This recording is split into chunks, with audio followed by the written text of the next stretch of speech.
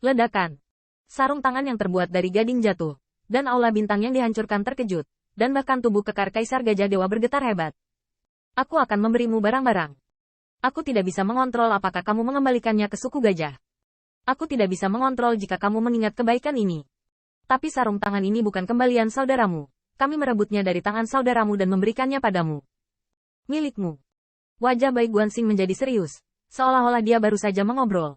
Kaisar Dewa Gajah Emas memandang gading yang cerah, seperti pengerjaan surgawi, perlahan mengambilnya dan menyekanya dengan ringan. Itulah kemuliaan suku idolanya. Meskipun dia direnggut oleh nyawanya saat itu, hari ini, putra Baize, Jenderal Fengda dari Wen Tiangwan, mengembalikannya kepadanya. Kamu tidak bisa kembali. Kamu tidak bisa kembali ke klan gajah. Dan menghadapi Kaisar Dewa Gajah Emas, menghadapi bakat yang lebih kuat darimu ini. Tetapi kalah dari saudaranya di masa lalu, Kaisar Gajah Dewa akhirnya sulit untuk ditenangkan. Hati Kaisar Gambar Dewa tertusuk, dan gengsi Kaisar sulit dioperasikan. Jadi dia membalikkan meja teh dengan keras, meraih kaki celana Kaisar Dewa Gajah Emas, dan memblokirnya dengan ketat. Kaisar Dewa Gajah Emas menundukkan kepalanya sedikit dan matanya tenang. Dia memikirkan hari ini. Dia tidak ingin melihat Kaisar Gajah Dewa sepanjang waktu di penjara surgawi. Tetapi dia tidak menyangka bahwa ini akan menjadi situasi ketika dia benar-benar datang. Aku baru saja mengambilnya kembali. Sesuatu yang menjadi milikku. Kaisar Dewa Gajah Emas mengangkat kakinya dan meninggalkan semuanya. Kaisar Dewa Gajah Emas datang dengan tergesa-gesa, dan ketika dia pergi, dia hanya memberi kesan mendalam pada Qin Yichen dan Bai Guanxing. Terima kasih Tuan, mengubah hidup saya untuk saya. Bai Guanxing menyeringai, jika kamu ingin menjadi preman, tanyakan saja pada Tiangwan, harganya adil. Kaisar Dewa Gajah Emas berjalan keluar dari aula yang memandang bintang, sementara Kaisar Dewa Gajah masih mengejarnya sepanjang jalan. Dia menukik dan meraih kaki celana mantan lagi. Kamu tidak bisa kembali ke balap gajah. Kamu bisa mengalahkanku sampai mati.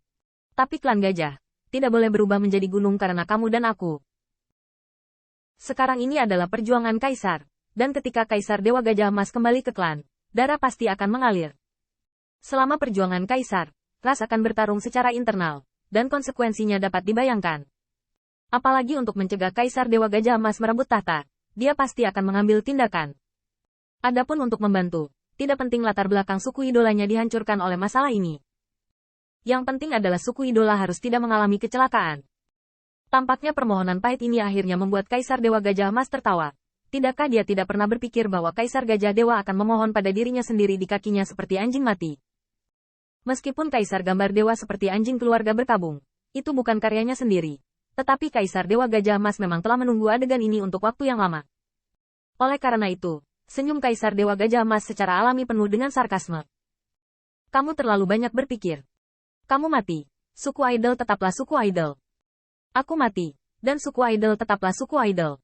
Oleh karena itu, beberapa orang tua yang eksentrik, suku idol, masih suku idol.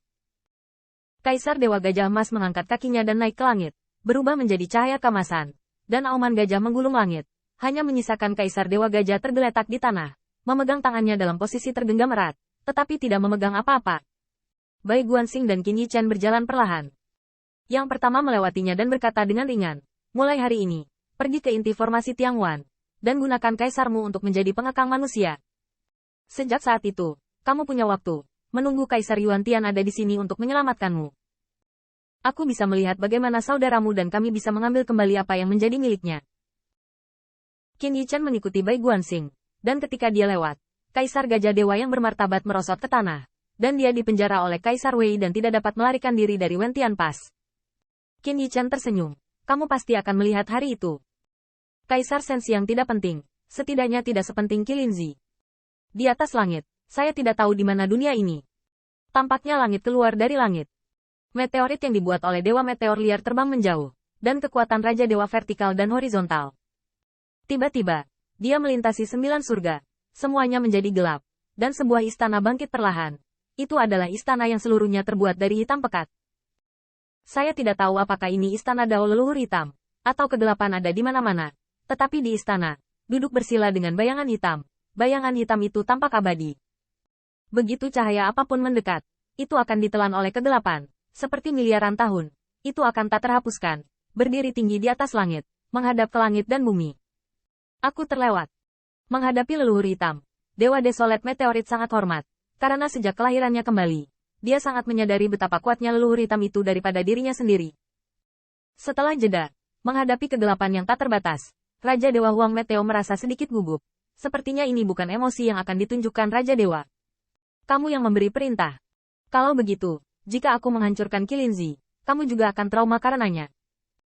Bayangan gelap itu bergerak. Dia mencibir. Tawa sepertinya ada di mana-mana. Kamu bahkan lebih takut dipukuli sampai mati. Raja Meteorit Liar bergidik, lalu mengangguk. Ada semut yang tidak ingin hidup, tetapi tidak ada yang tidak takut mati. Raja Meteorit Liar sedikit ketakutan. Bagaimanapun, dia menandatangani kontrak kekacauan. Apakah dia dibayangi oleh leluhur hitam, atau dia ceroboh? Dia harus mengakuinya setelah menandatangani. Dia akan mati jika dia melanggar kontrak kekacauan.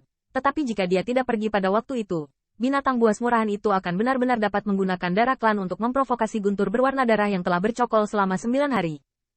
Apa yang dikatakan Raja Meteorit Liar itu benar. Perintah itu dari leluhur hitam.